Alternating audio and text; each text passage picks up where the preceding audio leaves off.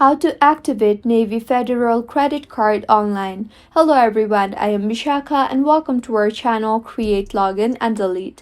Let's get right into the tutorial. In order to activate Navy Federal Credit Card online, open your preferred browser and in the search bar search for Activate Navy Federal Credit Card.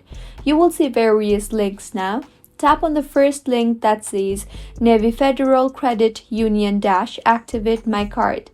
You will see a text box beside card number now, so go ahead and enter your card number written on your credit card and then tap on continue.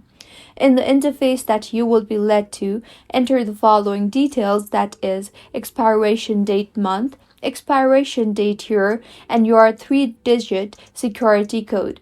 Once entered, tap on continue again and then go ahead and further follow the on-screen prompts, and with this, your Navy Federal credit card will be activated.